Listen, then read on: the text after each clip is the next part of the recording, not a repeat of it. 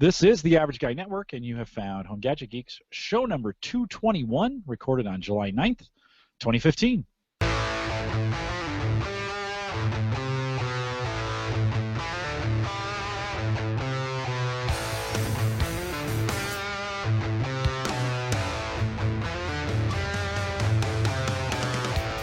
Here at Home Gadget Geeks, we cover all the favorite tech gadgets that find their way into your home. News, reviews, product updates, and conversation, all through the average tech guy. I'm your host, Jim Collison, broadcasting live from the AverageGuy.tv studios here in just a beautiful Bellevue, Nebraska. We've had just a series of a week of just some great weather and low humidity. It's really nice. Mike, it's pretty good in Nebraska right now, right? Oh, it's absolutely perfect. We're going to a wedding and boating this weekend, so just a few more days I needed to hold out, and we'll be solid. So super nice. And of course, we post a show with world-class show notes each week out at theaverageguy.tv. If you have questions, comments, or contributions, you can contact the show. Send me an email, jim@theaverageguy.tv. You can track me down on Twitter @jcollison.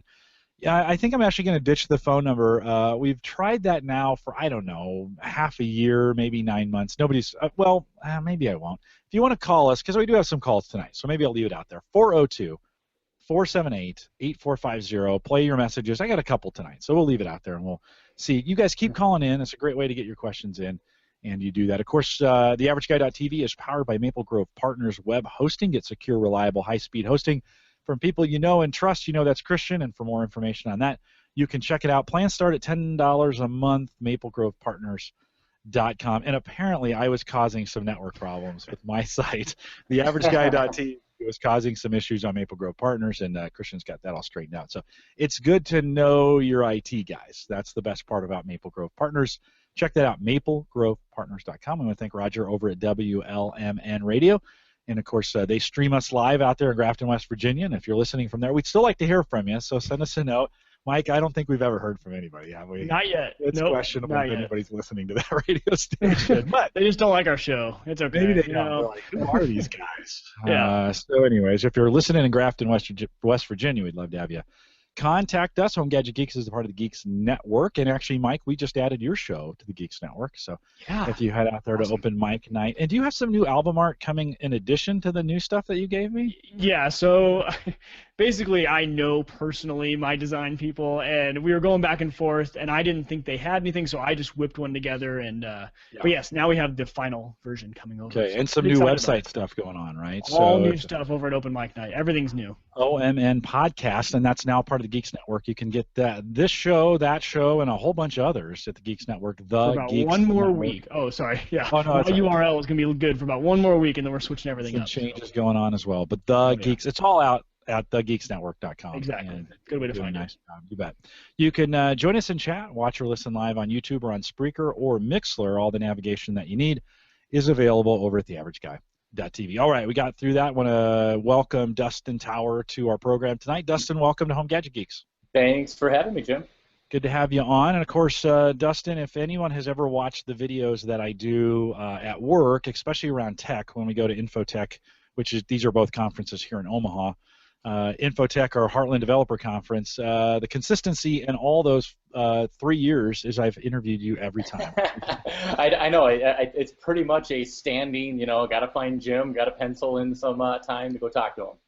I really enjoyed it. If you go back on the channel and you just Google Dustin on that, you can see the 3 or 4. I think we've done 4 of those, maybe 5 at this point. And it's always good to interview you. And this year we just did that a couple months ago. Seems like it was just yesterday, but a couple months ago, I said, Dustin, we just got to get you on the show. So thanks for saying yes, and thanks for coming on Home Gadget. Yeah, this was perfect. I'm excited to do it. We're going to catch up with you in a second, but before we kind of get some info on you, we did have some callers that called in. Normally I save this to the end, but I thought this would be fun because not everybody gets to the end. So I thought it'd be kind of fun to throw these calls in up front. And so give me a second here. And the first one, Kevin Schoonover is really good about about calling us. So let me set up Kevin and listen to this call. Hey, Jim, Kevin here.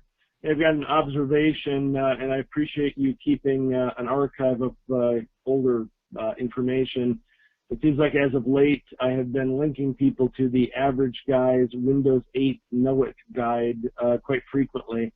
And it seems, you know, a lot of folks at work, either their spouses or family members buying a new laptop, and they end up with a Surface or a X360 or some other two-in-one yoga type device.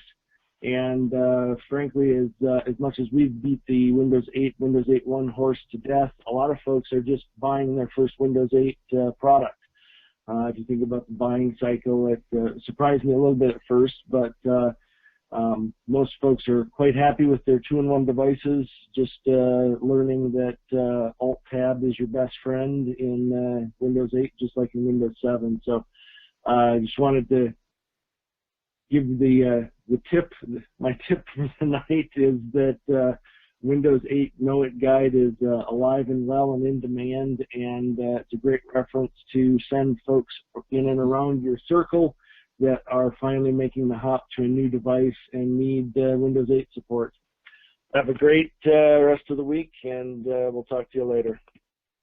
So what Kevin is referring to is 3 years ago almost, when Windows 8 was coming out, I put together one of these Know It guides, and actually we called it a survival guide for a while, and it's had a couple different iterations, but it ended up being a Know It guide. If you go out to theaverageguy.tv now, I've actually changed all that. So Kevin's call inspired me to actually create a new site. It's a site I'd had actually a couple years ago that I let go and then I bought again. And so if you go to Know It, K-N-O-W, Know It, I-T, Guy, G-U-Y.com, knowitguy.com. Brand new site. All the Know It guides that I've put together. We've got one on cloud storage, one on Windows 8, the one he was talking about, one on Windows 10 that I'm writing right now. We're going to talk a little bit about Windows 10 here in a second. And then I have one for the Amazon Echo. And so basically did a summary for the Echo, and then I've been keeping track of all the release notes, because those are the hardest to find actually when new features. Mike, you're new to the Echo. When new features come out, you get an email, but you kind of don't always know what's going on, right? Totally, yeah. So it's one of those things. Dustin, have you jumped on the Echo bandwagon yet? Do you have a? I haven't, but I do know the pain of keeping up with release notes when a new version comes out and you have to figure out what's exactly different or what you're supposed to know about. So we're trying out this new idea. It's kind of an offshoot of the AverageGuy.tv. It's just called Know It Guy, not the Know It Guy, but knowitguy.com. You can check those out, and those guides are there. And we spell guide G-U-Y-D-E, right, to kind of play on those words. And so, Kevin, thanks for that. He's still using the Windows 8 version, which I went back. I was like, holy cow, I haven't updated that in forever. So it's awesome that there's still a lot of good links in it. And then I've started a Windows 10 one. So if you guys want to interact with us on that, interact with me on that, the best way is to do that through the Facebook group. And if you haven't joined the Facebook group, you want to do that, just go to facebook.com/groups/ The Average Guy TV, gets you there as well. You can jump in the group and a lot of good tech conversation. I'd love to hear back from you on Windows 10. Dustin, speaking of Windows 10, you're kind of a mobile developer in the mobile space. How big is Windows 10 playing into your kind of your thoughts and processes right now? You even worried about it? You know, not really, especially because of the browser that's coming with Windows 10. And, you know, Microsoft has basically become one of the leaders in browser support and standards, which is kind of funny. I saw a tweet last week that someone said that Safari's the new Internet Explorer because Apple's been very unfriendly with how they want to support standards as you're building web applications. And IE, or the new Microsoft browser, is phenomenal. It supports all kinds of new APIs and is very standards compliant. And Microsoft's kind of done a 180 in the way that they've approached, the way that they build their browser. So, a lot of the focus on mobile and tablets and all of those, the plethora of devices that we work with is really from the web standpoint, and having websites that will work and give the consistent user experience across all of them. And it's a lot easier to deliver that kind of experience with a browser that supports, the latest and greatest standards. Yeah, so you're referring to Edge, right? And Project Spartan, which is still early. We talked about this on Surface Geeks on Tuesday. Edge is still early. There's a lot of questions about plugin support and some of those kinds of things, but what you're saying is, at least in the framework standpoint, a very solid framework that they're building on top of to make that compliant. Is that what you're saying? Yeah, yeah, and really, because I think, we've, over the past, say, 5-6 years, we've been really focused on app development, and that's been kind of the key to mobile is, building an app that works on a platform that you're targeting. But that's slowly transitioning to just building websites that work. There was a funny quote that someone said that, they have this dream to build an app that will be available on your phone when you need it and will get deleted from your phone when you're not using it. So it doesn't take up any space, it doesn't take up any resources, it's there when you need it, it's gone when you don't need it.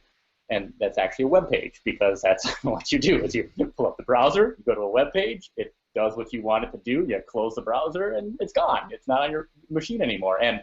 And so, really where we want to get to is a point where, we've got offline sites that work. So if you do not have internet connectivity, you've got an offline version of the web app essentially saved on your device, and the devices are smart enough to, when you launch it, just like you launch a application, you will just get the offline version of it. Cool. We got a little helper back there, do we? Yeah. See, obviously here's something that. That's all good. Yeah. It's all good. There's a squirrel outside. Yeah. Well, I did not anticipate you saying that, to be honest. When you said that Edge is like great, I mean, it's been. I'm not saying it hasn't been good. It's just early, right? I mean, I think we're all still very early in that, and so absolutely, I was a little surprised. Well, and there's a difference between the stability of a browser and how it performs on the operating system, and the APIs, the HTML5, CSS3 APIs, and JavaScript APIs that it supports, and that's really where I come from. I'm not worried about how it performs on the operating system, because that's beta software, it'll work itself out. That can be fixed pretty easily. But a browser that will support the latest and greatest, offline APIs, Canvas APIs, WebGPL, all of those things are what Edge absolutely supports. And Microsoft has kind of leaped forward in, a browser that for years, as a web developer, we have made fun of. We've always been like, oh, I gotta support IE7. Oh my God, and now it's when it's out there and in the wild, it's really going to be an afterthought, because it's going to be along the same lines of Chrome and Firefox and some of the browser vendors that have always been progressive in the way that they've supported. Well, that's the hard part too, because there's give and take on all these. So when people first get their Mac and I'm kind of telling them about things, I said, you know what, use Safari until you encounter something that doesn't work, and then have Chrome waiting, because Safari you get great performance and everything like that, but every single day you'll encounter something that it doesn't work on. Just like you said, it breaks on certain things, doesn't support certain activities, and so I always tell people, I'm like, well, use it first. And even for Hangouts, I use Safari because my CPU and my memory are saved a lot by using Safari, but I don't get a lot of the benefits that Chrome offers. So, but yeah, I haven't played with Edge. That's exciting to know that Edge is going to offer all that support.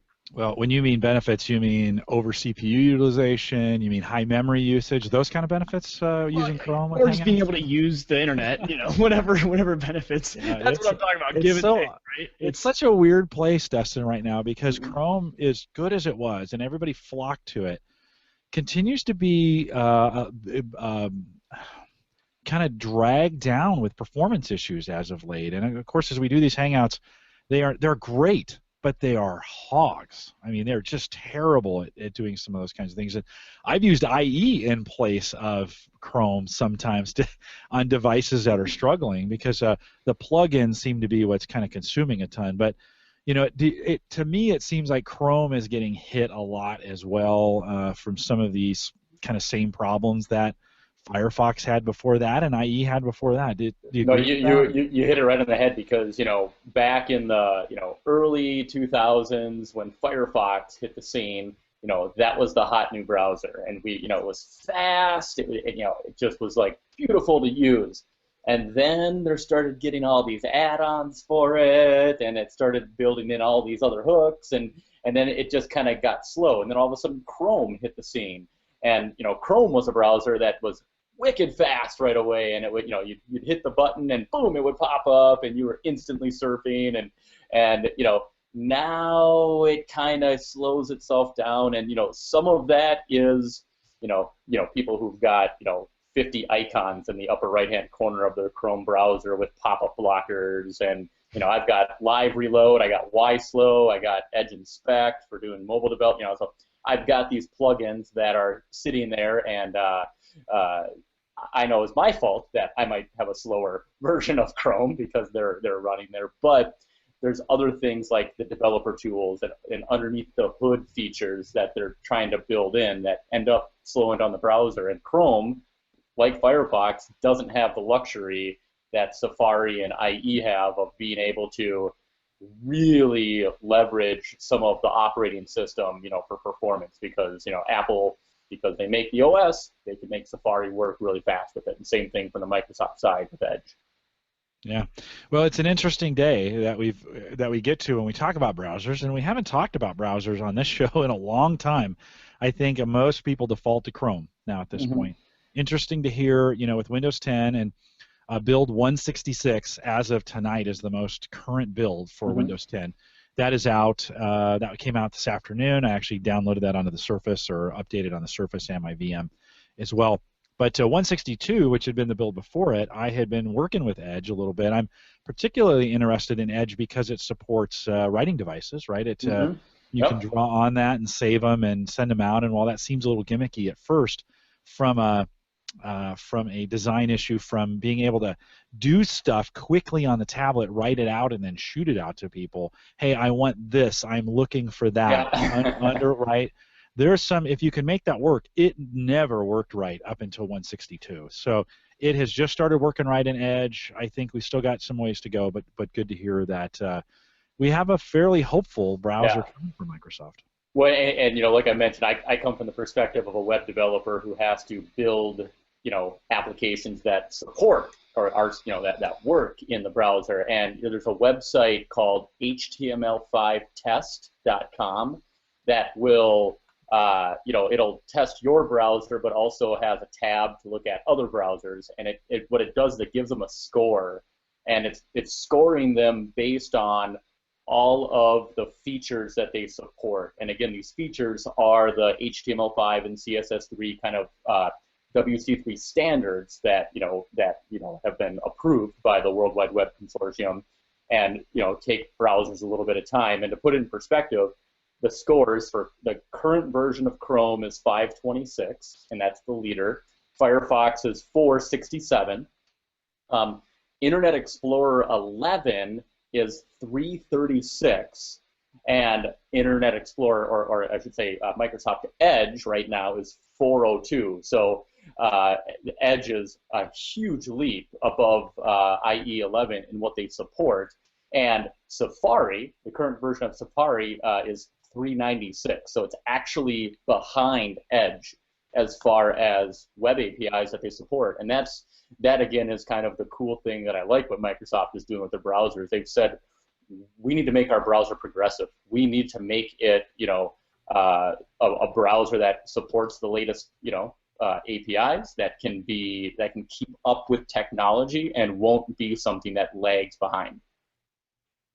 No, that's very cool. That's actually a great tool. You're always good at that. Whenever I have you, the last time we were together, we were talking about that browser developer tool available to test. Google was just starting to penalize people, right, for that. Yep. And we actually put my site in, and I found, and it didn't. It wasn't, and you added some. And then we fixed it quick. you fixed it, so it'd be okay. What I found out later was in the theme. So the theme I had not been updated yet. I've updated the most current theme, and of course it works in the updated theme, which was fine. But you were kind enough to jump in there and get that done.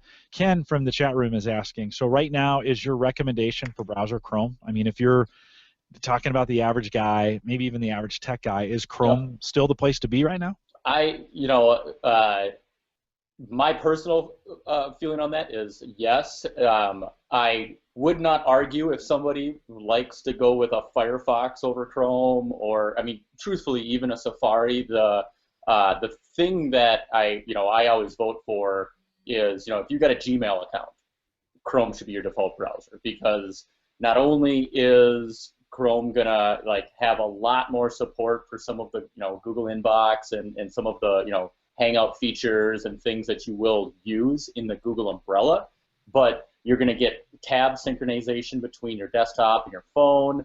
If you log into Chrome on another machine, all your bookmarks are gonna be there. And Firefox has those kinds of features from shared bookmarks and that kind of thing. But I kind of live in the Google ecosystem, and so the browser being there makes a lot of sense.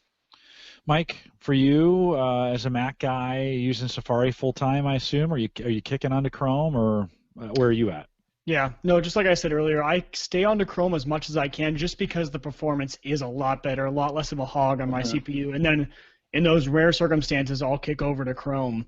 But honestly, I use a lot of apps. I mean, really, when I'm hopping on the web, I mean, Facebook maybe, and then a few other things, but I'm not doing too much on this computer as far as web browsing. I'm honestly just editing audio, editing video, doing that sort of stuff. So not too much intensive things on the web where I would need a really good beefy web browser. Okay. Dustin, is the day of the browser? I mean, we have these desktop, the browser primarily in the context of the desktop. Mm-hmm. The desktop is shrinking, I think, right? It's contracting. What is that? So as we think about browsing on the mobile device, is the browser as important? Because of what Mike just said, he's going to apps. Mm-hmm. So on the mobile space, how important is that browser, and what are you seeing in that mobile space along those lines? Do we need to be as worried?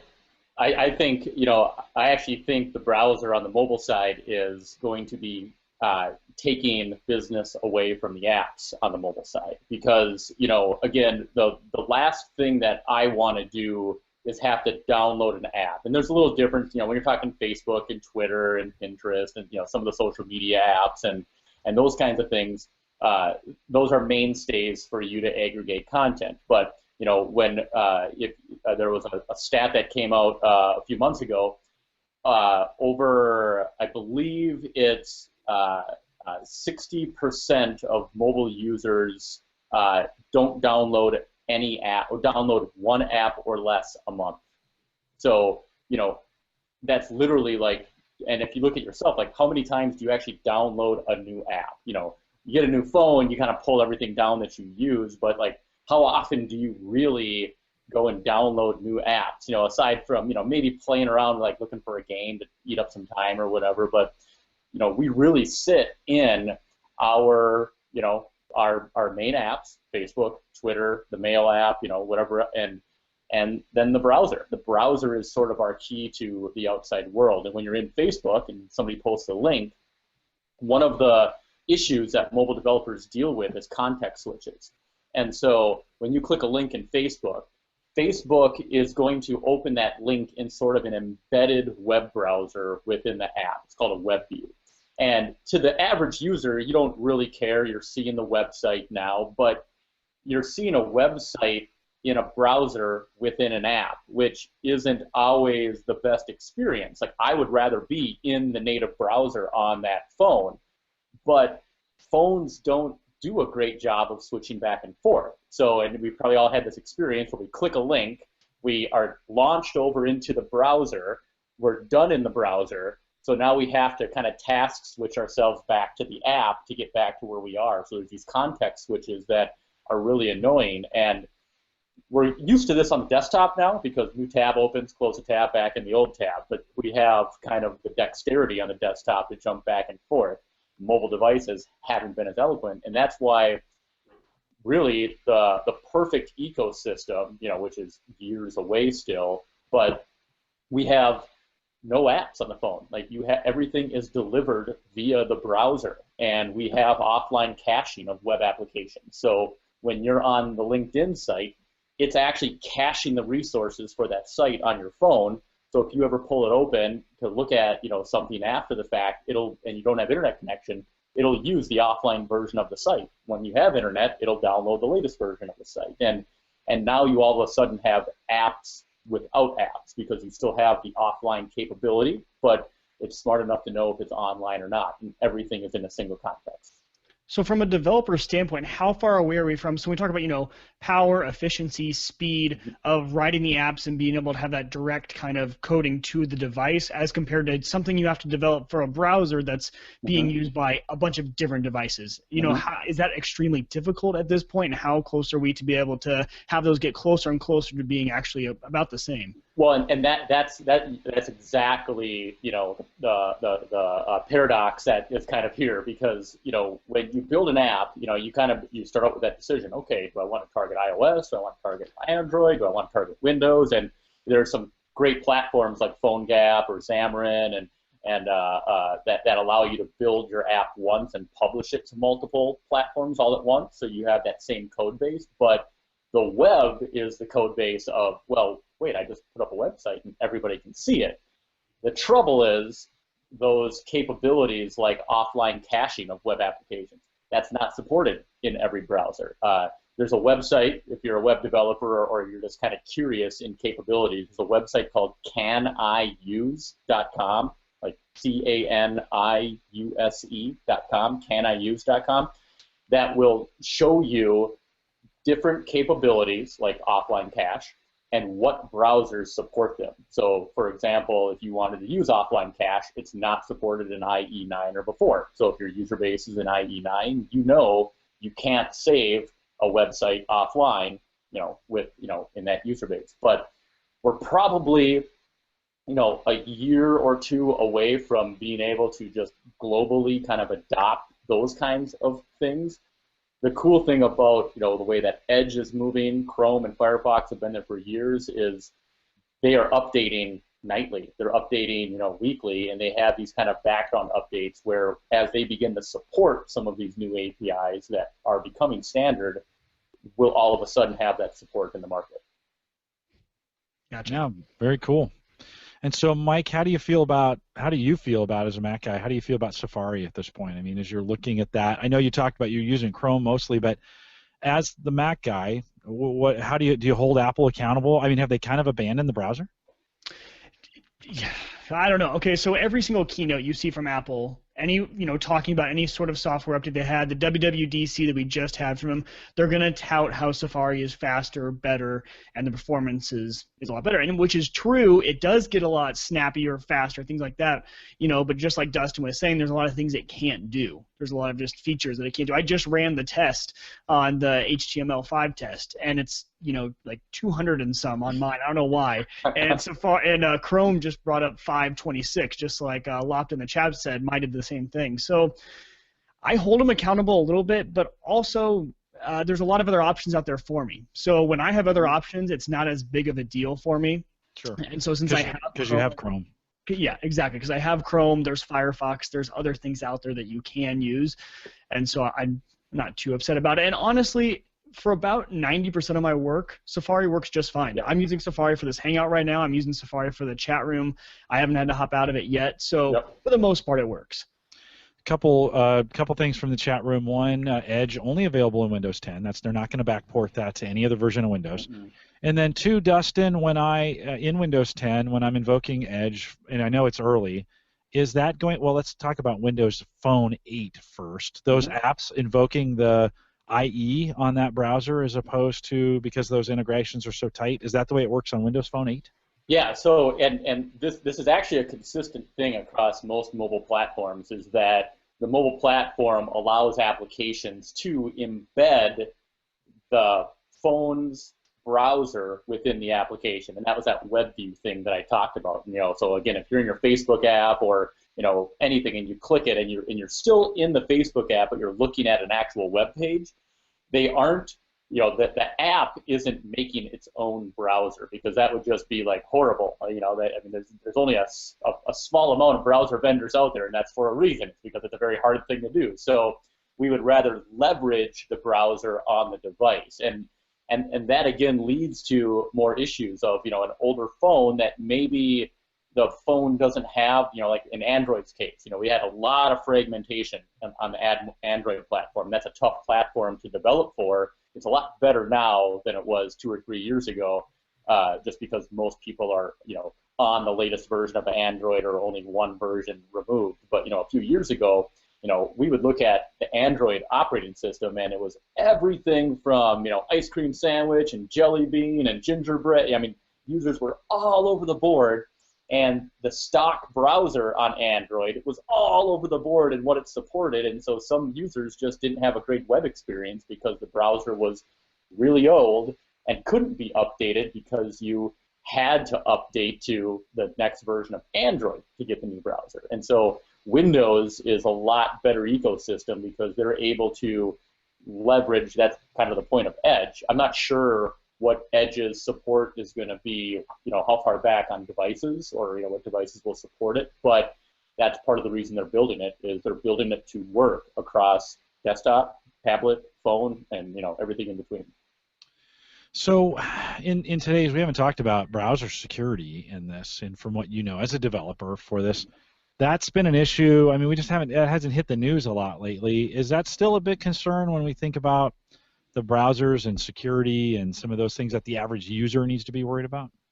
Yeah, it's. I mean, the average user for sure. I think the average user is becoming more and more aware of security things that they never had to consider before. I mean, everybody kind of preaches, look for the green HTTPS in the web browser now, and telling us as developers, like, we know we got to make our site secure, but telling users to look to make sure your website is secure is a weird thing to ask them, because shouldn't it be secure? Like, shouldn't they shouldn't really have to be worrying about that. But I think the issue really is that developers can't keep up with the security holes that are being created, and it's partially because browsers are being developed at a faster pace. So zero-day exploits show up all the time, and a zero-day exploit is something that's already out in the wild that could have absolutely taken your information, or the developers haven't had time to fix because they just found out about it too late. But I think as an average user, it really becomes the point. It's like checking to see if your door is locked at night when you go to bed. Like, check that browser bar and make sure, at a minimum, if you're on a website that is doing anything transactionally, whether it's credit card information, login information, I mean, even submitting your email address, to subscribe to a newsletter, that site needs to be a secure site. And there's we talked about this at our podcast in Omaha when I was in there, or down there, that Google is downranking sites that aren't secure now. That's another part of their algorithm. Not only are they downranking if you're not mobile friendly, but they're also downranking if you're not secure, because every site should be secure, whether it's the most basic site or whether you're selling information or selling products. Does that matter for a blog? I mean, so Christian has made, he's my web guy. He's the average guy.tv is secure at this point, but the knowitguy.com, I just threw that up there. It's unsecure. It passed the well, I don't want to say unsecure. That makes it sound how do you say that without making it sound bad, right? It doesn't use SSL. It does not use SSL. Is that a bad thing it's just a blog, right? From that standpoint. Is that a bad deal that I'll get downranked a little bit from Google for that, but how bad is that for me? Yeah, the downranking that occurs, Google is still smart enough to know, like, if your content's relative. So it's not going to, like, stash you in the basement just because you're not secure if somebody is, searching for content on your site. The only thing to be concerned about really is the login, because, if it's a blog where, you're logging into it or users have to log in to comment, if it's not secure, technically, if you're on a Wi-Fi connection, that's at a coffee shop or anywhere else that it isn't a VPN or private network, someone could be seeing those passwords going over the air, and it doesn't take a lot of it's not very fancy software to have to do that nowadays. So again, it's if you're not having hundreds of thousands of transactions, it's not that big of a deal, but it is something that is a vulnerability. You kind of backed me into a corner a little bit because, right, so we use Chatwing as our chat service provider. Those have accounts that people have to log into, Facebook, Twitter, those kinds of things. when Chatwing changed some of their pricing, they went from $1 a month charging me for SSL support to $20 a month. Now, that's a lot for SSL, right? To $20 to go from $1 to 20 was a lot. Now they backed it down to $10. That's still a lot. So I kind of said, screw you, Chatwing. I'm going to. So I created a separate subsite that's HTTP. That's the live page that has the Chatwing player that's running HTTP on it. Is that a problem for my users? I mean, they're logging in to Chatwing every time they come in. Is that an issue? Should I figure out a new way to do it so they're on a secure page? Yeah, it depends a little bit on how Chatwing's integrated, because Chatwing's in an iframe, like it might be embedded on your site using HTTPS, so it has a secure connection between its embedded page and where it's going to be sending the data or submitting the data. And if it's submitting the data over SSL, for anonymous or really, really good hackers, there's probably still a way to get in there, but you're still probably okay, for the most part, what you're doing. But if even if they're using SSL in the Chatwing pod, if it's embedded on an unsecure page, there's still ways technically that you can do some script injection or some various again, they're very, I don't even really know most of the things that happen. I just know that the rule of thumb is everything HTTPS, and you're okay. But again, things like Chatwing, which are actually on a separate server, tend to be a little bit better because they have a secure socket layer that they're embedded under. Yeah.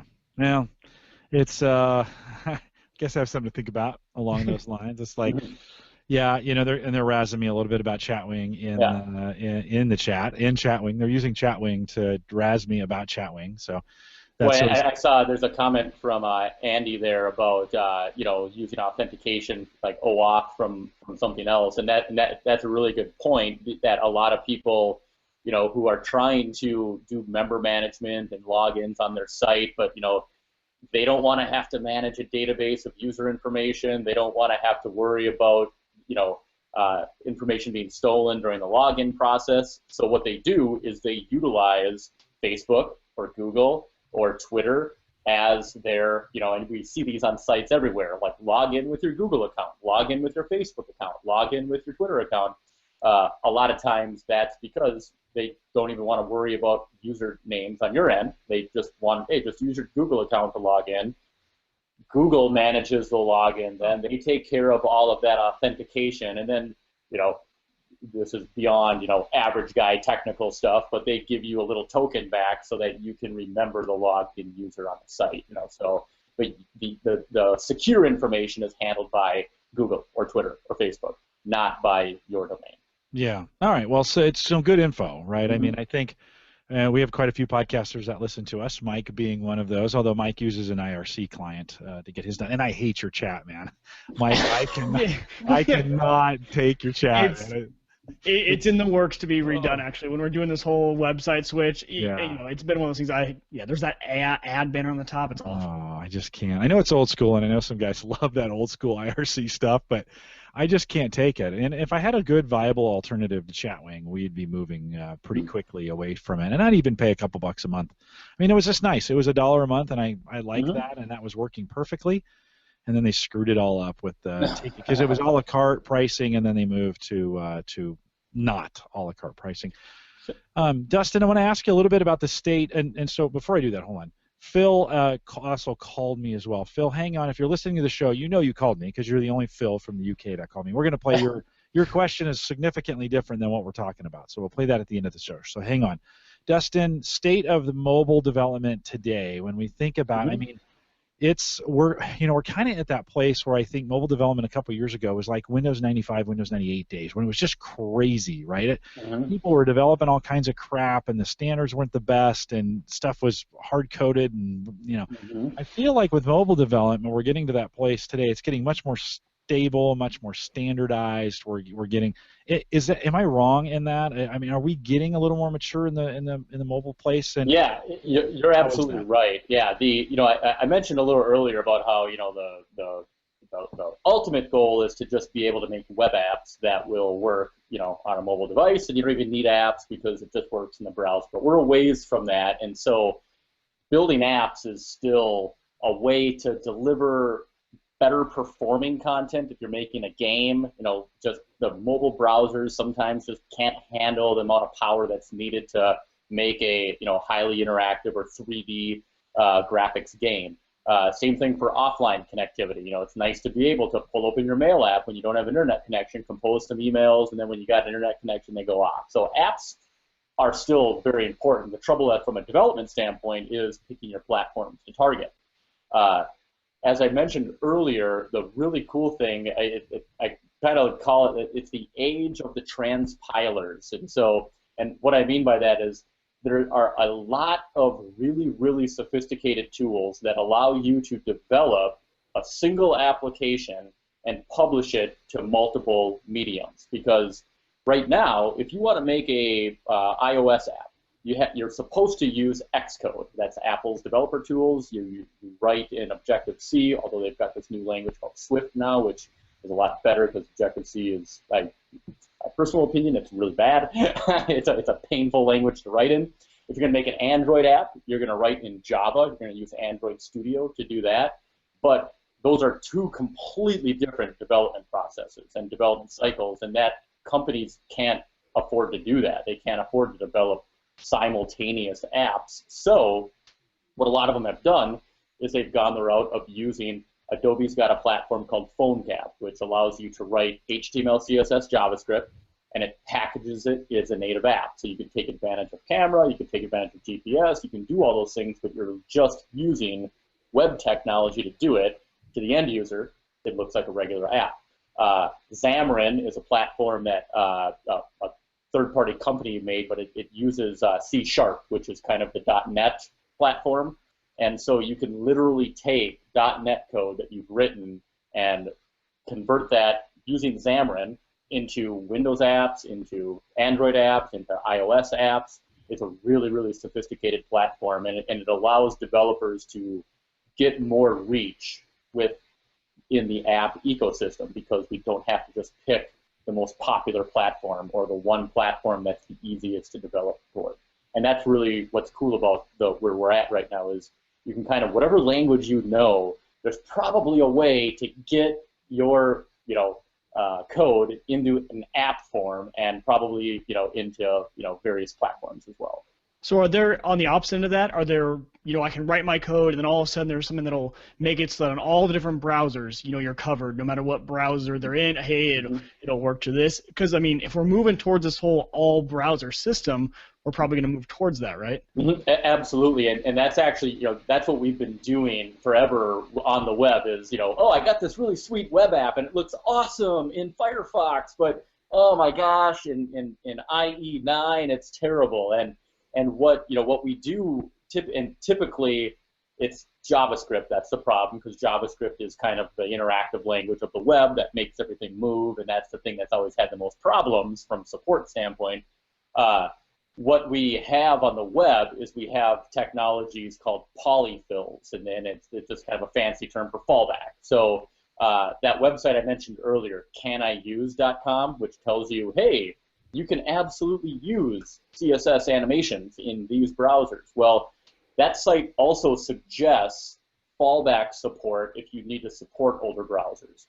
There's another kind of companion site to that called HTML5please.com, so HTML5please.com, and that site does the same thing. Like you kind of pick your technology, like in CSS animations or video, non-flash, just straight up web video, and tells you what browsers support it, and then also, hey, here's this little library that you can include so that it works in other browsers that don't support it. And because that's kind of what we have to do is we have to build for the modern browser and then kind of build progressively enhanced so that even under the most extreme conditions or older browsers, we have some sort of way to support those people.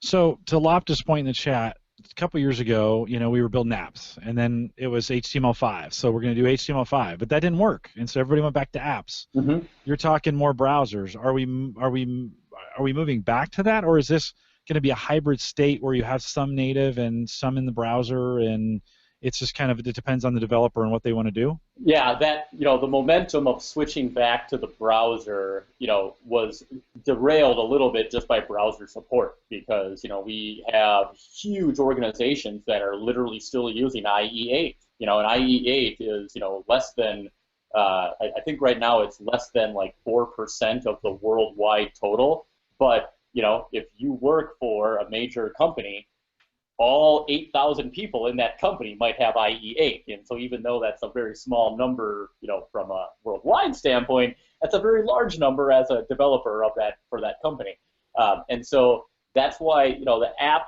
thing is kind of where we're at. It's kind of like the thing that works the best, but more and more as these browsers have advanced and as the browser vendors have moved toward a more progressive deployment model, and again, by that I mean like, Chrome and Safari, every few days there's an update, there's another version available. Edge is moving to that model where they can be pushing out background updates that are security fixes, bug fixes, new support for web APIs that can keep up with the pace of technology, and that can begin to spur more creativity in the way we deliver our content. Yeah. Is there going to be like in this new, I think there's a culture that's going to happen, because I definitely use a mix of web and apps, Mm-hmm. And my biggest example, the one time I go to the web, is to order food, right? Because most of my food places around me, at least the small ones, don't have their own app, or their app's terrible, actually worse than the web. Yep. So I use the web for that. But to be honest, if I am looking for anything that I think would actually be anything more than ordering food, anything that would take more than me inputting data, I'm instantly going to the App Store. I don't even open up a web browser. Usually I'm opening up the App Store saying, hey, do they have an app? Because it'd probably be the best way to do it. So if we're moving back to the web, I mean, we're going to have a huge culture change to retrain people. Hey, you don't need to go to the App Store anymore. Now you can just go to your web. It might be easier, but we're going to have to shift everyone's way they already do things. Well, and it's, I think that shift that it depends on the user a little bit, because a lot of times the way that I get pushed into an app is because I'm on their site, and then I get that like annoying little drop down at the top that says, "Are you sure you don't want to download our app and look at it?" And again, most of the time I'm like, "No, I'm just trying to read this news article. Like, I don't want to download your app to read this news article that someone tweeted out that is on like a news website that I don't need to follow. Like, I just want to read it." But that kind of barrier for people to get into an app is a very easy way to, like, hey, download our app. Oh yeah, there's an app to download. Well, those will slowly disappear as websites become more and more available. The New York Times, I believe, does not allow their site to be viewed on desktop inside of their building. So they make everybody, if you work for the New York Times and you're on their corporate network, you have to view their website on your phone or your tablet. They do not allow desktop viewing of it. And they're doing that so that the content producers and the people who are actually building the site and adding content to the site recognize how to use that medium effectively, given this device kind of agnostic world that we're in right now, because you get too comfortable on the desktop and you recognize that we need to make this work everywhere. Like, that's really the easiest path in the long run, is that if the site just works everywhere and people don't ever, like you're a perfect case of, you're like, I want the app because your site is terrible. Like, give me the app because I'm sure it'll work a lot better, and it normally does right now. Well, eventually we want to be to the point where the website meets every need you want, because it just intuitively works, and that we're not there yet, which is why apps are still a popular way to go. Microsoft has this new concept of continuum coming. And today it's available. We see it most in the Surface Pro and the Surface line because you can disconnect the keyboard and it changes Yep. status, right? Yep. That's just the early stages of continuum. They have big plans to think about developing. No matter what you're doing on a device, that device can get plugged into another device, or it senses another device, or it powers another device. I'm around monitors. It's going to power those up. From a developer standpoint, where you're at today, is that even showing up on your radar when we think about development and the interactivity of hardware with other bits of hardware? Mm-hmm. Well, I think that point really coincides with something that Latha was saying there about how, that was kind of a specific example that you said, like with forms on the web, how, they're terrible with mobile standpoint because you aren't able, they're hard to type in, they're zoomed really weird. And the concept of like changing context from going from a keyboard with your tablet to undocking your tablet, and all of a sudden now you're in a touch context, or you're gonna work off of another piece of hardware. We need to do interface design that accommodates that, and then can adjust to the what if you don't have a mouse? Well, every button you put on the web right now should be at least 44 pixels by 44 pixels, because that's the minimum size for a finger to be able to tap it effectively. Any smaller than that, and you have to like pinch and zoom to get at that button to try to hit it. And that's on us as developers. That's on us as designers to say we've got to build for that lowest common denominator. Start out, build mobile first, and build our content to work so that the user adds a keyboard, or they're interfacing with their TV, or their, the wall, is now where the picture is being projected or being used. We need to be able to work with those mediums, and if we do it right design-wise, we should be able to accommodate that. So along those lines, Apple's had a big product this year with their watch, and you decided not to go with that, but you have a Pebble watch, one of the new ones. You want to hold that up? Tell me a little bit about that. I'm not as familiar with that one. So Pebble did a Kickstarter about, I want to say 3 years ago. They came out. They were like the first smartwatch really and it was, hey, we want to raise $100,000, and they raised like $50 million. It was like I think to this day it's still the most successful Kickstarter. So they just went with the second iteration. So this is the Pebble Time, and there's a Time and there's a Time Steel, which is just like the pro version of it. It's a little fancier. But so I did the Kickstarter this time around because I liked that they had, this is version 2, so they've got some time in the water, and they've been able to adjust it, and it uses e-paper as the display. So it's actually a color e-paper display, which it might be kind of tricky to show up. You kind of see, like, as I'm going through the calendar here, you can see the little blue bar on the side. Like, it's actually a color display, but it's e-paper, so it's really easy to see in sunlight. It's really low battery power because it's not an LCD display. I get about 5 full days of use. It uses low power Bluetooth for its connectivity to the phone. Not too much different from the Apple Watch from the standpoint of, like, you need to have a device. Like, you need to have a phone because it'll show every single notification that shows up on your phone, but you need to have a phone to be Bluetoothing the notification to you. So it's not, I mean, I can take it off on myself and then it's just a regular watch, but what fun is that? The real selling point for me on it, not only because it was, like less than half the price of the Apple Watch, and I feel like, at $350 or $400, whatever the Apple Watch is, like, I'm gonna want a different one in like a year and a half, and and that's, I can't afford that. Like, it's a tough pill to swallow at that price point. I mean, Mike, you guys were just talking about that the other night. I mean, it's pretty expensive to go. So that retails in the 200 range. Yeah, you'll have to check out Pebble. I think it's $199 for the Time retail. The Kickstarter was like $140 or something like that. So. But the thing that I like that they did with it is the hinges are actually data connectors. So third-party vendors can make bands that extend the watch. So, for example, you can get like they're in the process of making a battery band.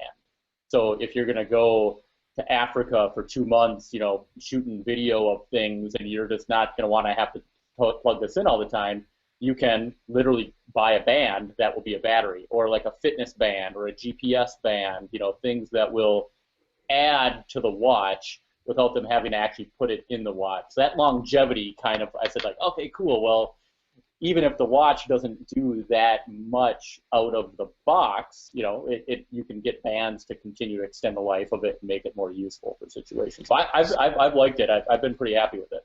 And they're publicizing that data connector?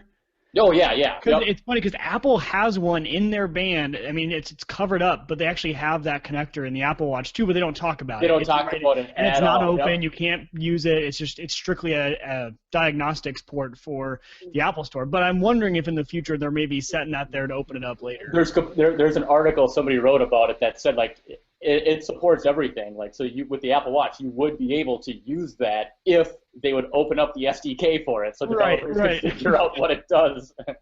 But Apple, you know, they won't do that. No way. Lopta's question there, to reiterate, it's e-ink for the display. So yep, it's and I believe it does work for Windows Phone.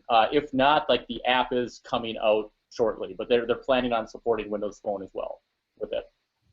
Mike, you had mentioned on your show on Tuesday, Apple's sales of their watches are down 90%. So, I mean, basically, Apple's going to be bankrupt, right, in the next week or it's two. the end of it, right? It's the end of everything.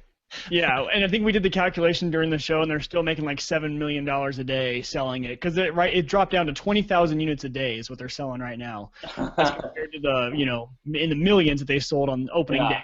I guess that tells you how successful it was on opening day. Oh yeah, I wonder if we compared that to the band, to the Microsoft band, what we would see in numbers difference. But I mean, that shouldn't, on any of these products, that's not going to surprise anyone, right? Because it's not something you need, and it's something that initially you're going to have the big excitement for, and then everyone's going to either have it, not have it, wait till Christmas, or get version 2. Really, I mean, right. At this point. Well, and that was my fear with the Apple Watch was, you know, I mean, I'm a Mac Pro user, like I've been in the Apple ecosystem for a while, and I trust them to make good things, but I just, you know, like one of the things during the keynote when they're talking about the cool dial, right? They like, you know, Johnny Ive was on there in his accent, like talking about how they reimagined the way that it will work, and you know, and then Kevin Lynch, who's a former Adobe guy, comes on, who's the product manager for it, and he's giving the tour of the watch, and all he's doing is using the screen the whole time. Like he never touched the dial. And that's all anyone I've ever seen used. I've not seen one person who has the Apple Watch use the dial. And so I was like, you know, I just feel like version 2 is going to be a lot better than version 1. So, you know, and I, you know, I mean, if I had, you know, $350 to burn or whatever, it'd be fun to try out. And the having an iPhone, you know, the fidelity and the interoperability with it is really, really nice from what I've heard. But it's kind of one of those things that I didn't want to be the test case. Right. Well, and when I saw the whole new, you know, the crown, whatever it's called, I'm like, oh, that's kind of a cool concept. And then I saw people not use it, and I wondered why. I mean, I don't have one of these. I'm like, why don't people use it? My buddy had a good take on it. He's like, because in the past, you've only touched that on a watch when you want to change the time. Like, you avoid it. You actually avoid at all costs pulling it out, bumping it. You don't want to turn it, because then you're all off. He goes, so for years, I mean, since the watch has been around, we've learned not to touch that. Yeah. He goes, and now they want us to touch it all the time. And I'm like, that's a perfect reason why people don't use it. Going to take some social engineering to get people that. And you're talking about what used to be the winder, right? Right. Yep. Yeah. It's funny. My dad had a Rolex that IBM gave him. He was an IBMer, and it was one of those self-winding. And so he'd come out in the morning, just doing this with this, and he never touched it again. I mean, you just you set it and you forget it. So it's been a long time since we've messed with that. But I'm not. The Pebble, the new watch from Apple, the iWatch, or just the watch, none of that excites me, to be honest with you. In fact, I didn't wear a watch for 10 years. I picked up a Garmin 220 running watch, and that's kind of become it's not dumb because it's got a GPS and stuff, right? But because it knows where it is. It does what I need it to do, and it will tell me when my phone battery is low. but that's about all it does. That's, and it moves my data from my watch, what I get when I run, onto the phone, which is pretty cool. But it's been one of those things. That's just been really the first, with the watches, the first technology thing I haven't really wanted to get interested in. It's kind of like, I think my takeaway and really the thing, because I wasn't sure how I would like it, if it would be distracting, or I mean, it's a watch, right? Like if the battery dies right away, like it's kind of a pointless watch. But the notifications I've really come to love, because it gives you a little haptic feedback, so you get a little buzz in your arm, but I don't have to fish my phone out of my pocket every time. And actually, I don't miss phone calls anymore because I don't feel the vibration in my pocket. I'm not like I don't like cell phone ringers, because like they go off and everybody hears them and they're really noisy. I just like to vibrate, And it was supposed to be vibrate. It was supposed to be quiet, right? Yeah, and yet they're so loud now. Yeah, exactly. It's louder than the ring. But the thing about having the watch and having the notifications there is like I'll be sitting out to dinner. I don't have to have my phone up on the table. I'll feel the buzz, or someone will be calling me, and I'll feel my phone start to buzz, and I can just kind of glance at my watch and see who it is and dismiss it, and or decide like, oh yeah, this is important. It's someone I got to talk. But I kind of it hasn't become a distraction. It's actually like separated me from my phone a little bit, which I like.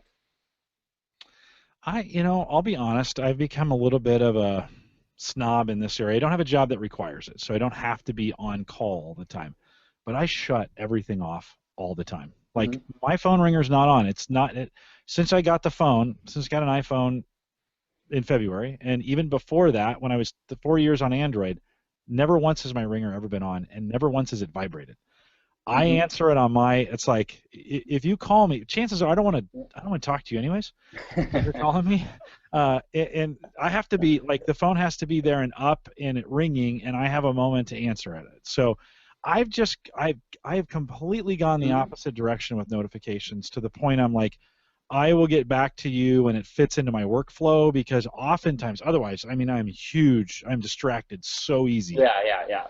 And if that thing was buzzing on my arm, oh my God, I would never get anything done, because already I get an alert every minute based on my Yahoo email, my live email, my Gmail, the work email, the Periscope, Meerkat, right? They're all sending me. I get my phone would vibrate off the table.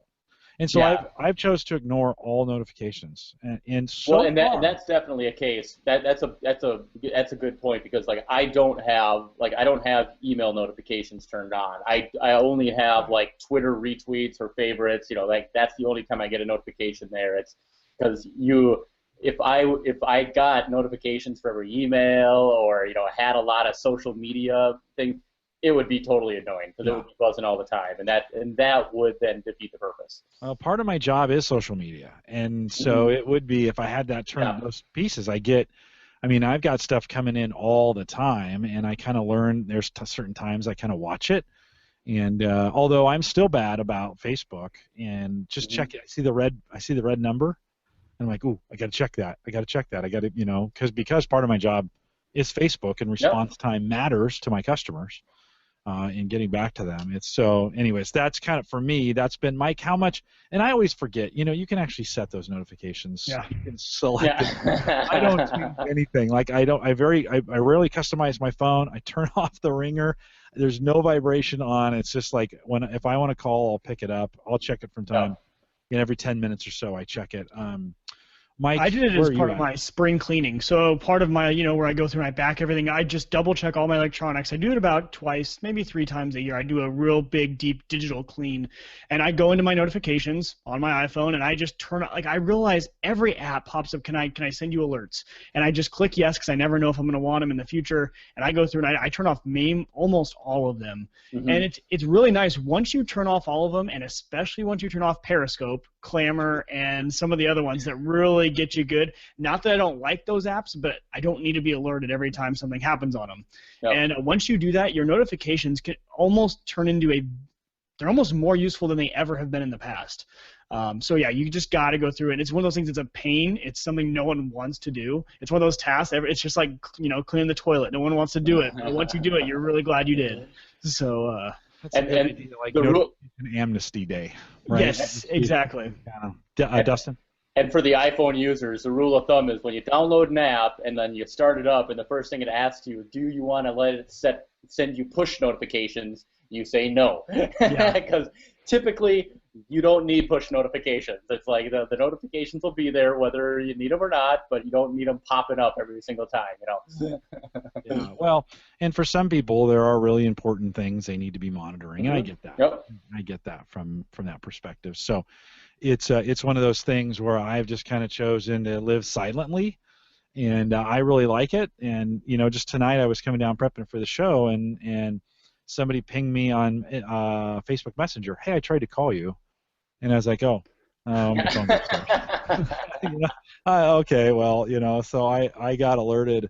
I was joking with somebody today that I get now I get invites for Google Hangouts through Facebook Messenger, right? They'll copy and paste that, but because it's where I'm at, right? Yeah, that is something I kind of keep track of, and so people have learned. If you ever want to get a hold of me, we've been working. Find you there. Find me on Facebook. That is a place because of work. Again, I have to. It's part of my job to kind of monitor it. Mm-hmm. The other thing I've been getting into recently, and I don't know if you're into this at all, but Slack has been a kind of a communications tool. Have you, Dustin? Have you tried out Slack, or you guys? I use it with a couple clients that use it, and I really like it. Like I want to get my company or my coworkers in on it, but we're small enough that it's like the learning curve of it might not be. I mean, it's not really a learning curve, but like it's hard to get buy-in from them to like basically ditch email altogether and just use chat.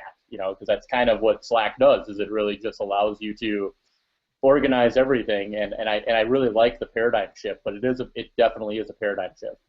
Yeah, and I think we're used to threaded conversations, and that's one area Slack does not necessarily support very well, is the idea of threaded conversations. So you really got to shift your thinking, and I have a new group of, there's a couple hundred of them, and we're testing this out to kind of see if it's going to work for this large group. Not a lot of communication, but communication that needs to be referenced. I like the search feature in Slack, going back to it.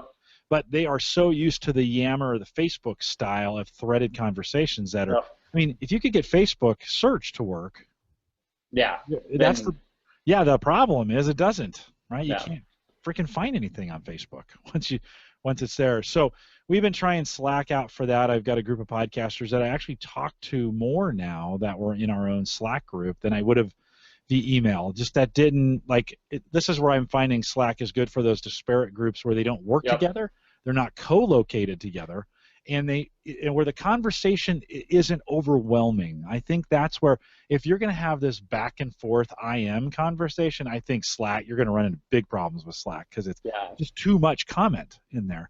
Well, and that's for organizing your channels, within Slack and getting people disciplined that, like, okay, I've got a channel or hashtag for this project, and I got a hashtag for this project, and making sure people are commenting in there. Like, that's really where the power, becomes. There's the problem. You said people and discipline. Yeah.